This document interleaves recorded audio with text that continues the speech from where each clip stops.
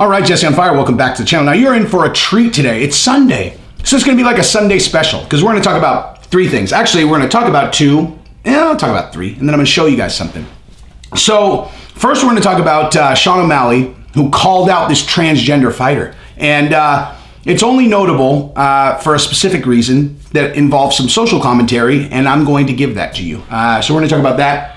And then we're going to talk about Anthony Smith, who he called out after his incredible performance last night, and how awesome it was after the fight when he found out he got his bonus. And then I'm going to treat you guys to the footage of Giselle's very first jiu-jitsu tournament yesterday. So I'm sure a lot of people make a lot of claims about things, martial arts related if they're doing, this kind of thing. I think the only really heavy claim I've ever made is that my daughter is a phenom at jiu-jitsu. And I would say my evidence has been relatively light on that. Probably just have to kind of take my word for it. But now that's going to change. So you guys are going to get to watch her yourself, and then you tell me. So for context, my daughter's 9. She's been doing jiu-jitsu for 1 year.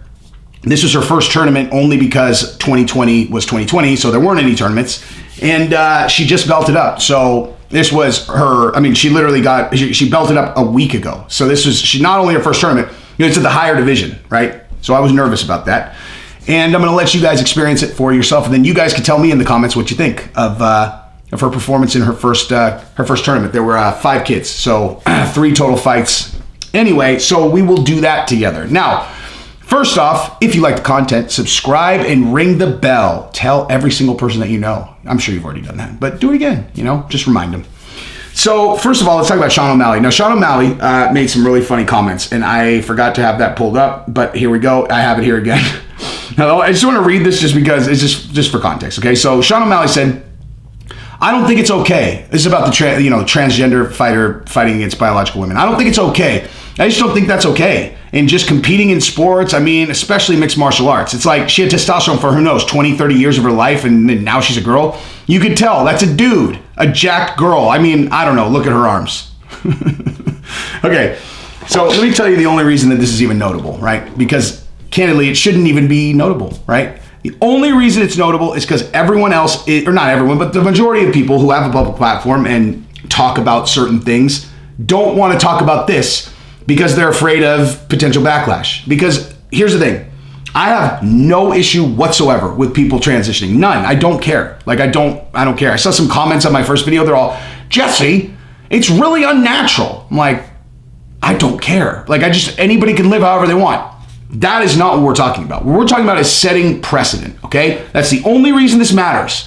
The only reason this matters at all is about setting precedent.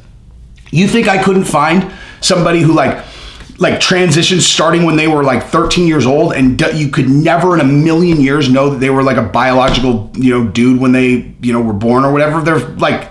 There would be that. And so it'd be you're telling me that this person can't compete against girls. It doesn't matter. It's not, you can't just do that, because then you got to get in the weeds on this, that, or the other. Bottom line is you have to set a precedent. Is it okay for someone who's born a biological male to compete against biological females? Okay. It just doesn't. Okay. The point I'm making is, if you asked every single UFC fighter, every single one, do you think this is okay? I would bet, I want to say 100%. I just don't like, living in absolute. So let's say all but maybe 1 or 2 would say, yeah, no, of course not. And you don't hear that from people. You only heard it from Sean Strickland and Sean O'Malley that I've heard. And me. Not that I matter, though. Right? It's just people just don't want to touch the topic. Now, here's the other thing. I had a transgender fighter who I'm not going to blow up on the channel because we didn't talk about it. Hit me up on through email. Hey, let's talk about this. I really love your channel. Here's the thing. I have no issue. Of course, the person who transitions want to fight. They should be able to fight. It's just again, it's just about setting precedent. Because if fighting is not the place where you can say, okay, is this okay or is this not okay? Then how are you going to defend that it's not okay in track? You know what I mean? We literally had those girls in Yukon, in Connecticut, who lost their scholarships because there were these kids that were dudes until 5 minutes ago, and they just grew their hair out and they're all, yeah, now we're girls. And they literally broke every single female state championship in track. And it was ridiculous. Literally all you had to do is just watch one of the races. You're like, dude, come on. Come on. Have you guys seen The clip, the thing from the Babylon Bee, this is so funny, man. The Babylon Bee did this video and they were like, motorcyclist breaks every record in the Tour de France by identifying as a bicyclist. Those guys are geniuses, man. But here's the thing, like, I understand why if you work at ESPN, you don't want to do this. Like, I'm probably dooming my ESPN career. Actually, almost certainly I am, and I don't care. Because here's the thing, the majority of these issues like this that everyone agrees on, and most people just don't want to say, it's because they're afraid of backlash. And it's like, if everyone decides that that's your choice, then the backlash becomes real. If everyone just goes, hey guys, you know that common sense thing that all of us are thinking? How about we just say it? All of a sudden, what are you gonna do? Fire everybody? Like, what? You know, the only reason that that's the case is because everyone's all, ooh, geez, yikes. I am afraid of what's going to happen.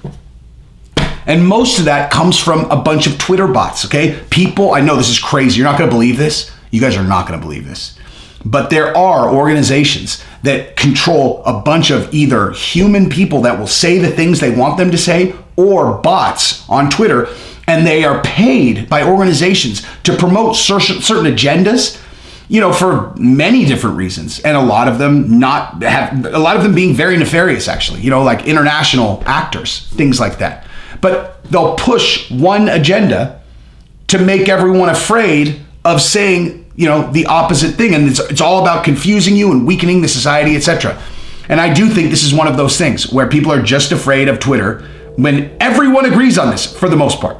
Okay, everyone who's not directly in it, who's just an observer, is like, yeah, of course you shouldn't do that. Very similar to voter ID, as an example. If you really think about it, it's like requiring an ID. I'm like, here, this is who I am. Okay, cool. Here's your ballot. Whoa, that right there. I mean, they've done polls. Everyone agrees on it. Almost every single person agrees on it. And yet, say it on Twitter, see what happens. You know, just see what happens. See what happens.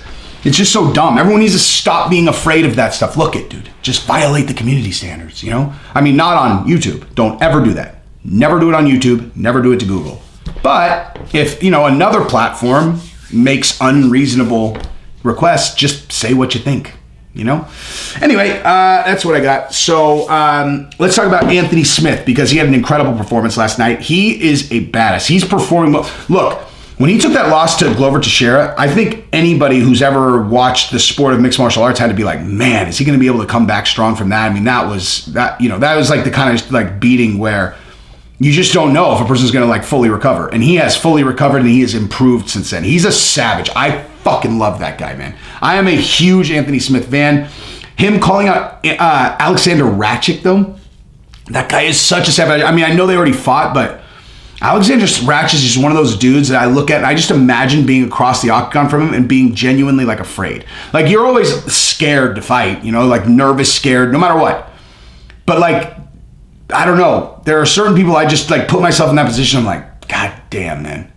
Like, this guy, I just can't see a way that I win this fight without getting hurt. Like, I'm going to get hurt bad. Like, this guy, like, he's a dude, you know, you block up, he's just like, he's going to hit you in the arm, and it's going to hurt like a mother. The guy's throwing fucking sledgehammers at you. He's a monster.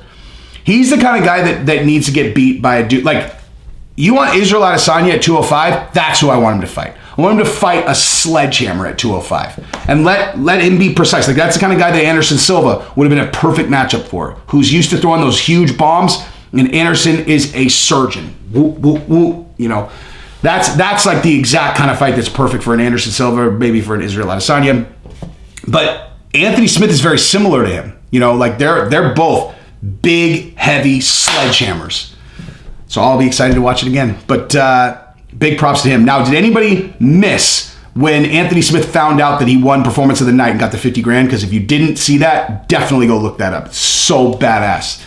He's like, yeah, he's like, I'm buying a golf cart and a Tesla. I was like, yeah, son. Anyway, he's a badass. Good for him.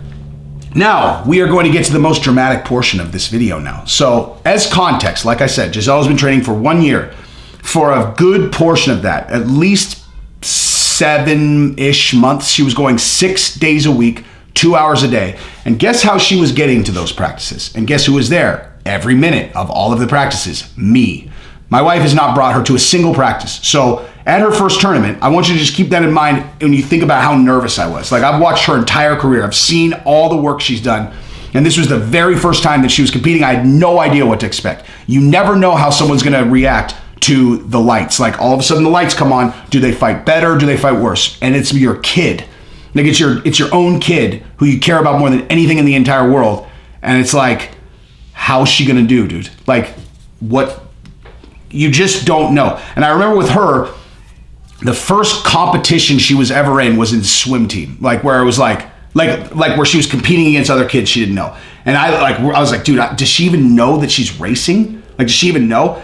She'd been on swim team for like a week, and like, she's doing backstroke, and she's like, we had taught her to swim, but like, she wasn't like an experienced swim team kid. And as soon as the thing went off, she literally flung herself, and like, you know, she won her heat, but you know, she wasn't experienced enough to win the whole thing. But it was like, oh, she immediately understood she's competing and was swimming absolutely as fast as she could. I said to my wife, I was like, that's a really good sign, dude. There's like a million fucking people watching too.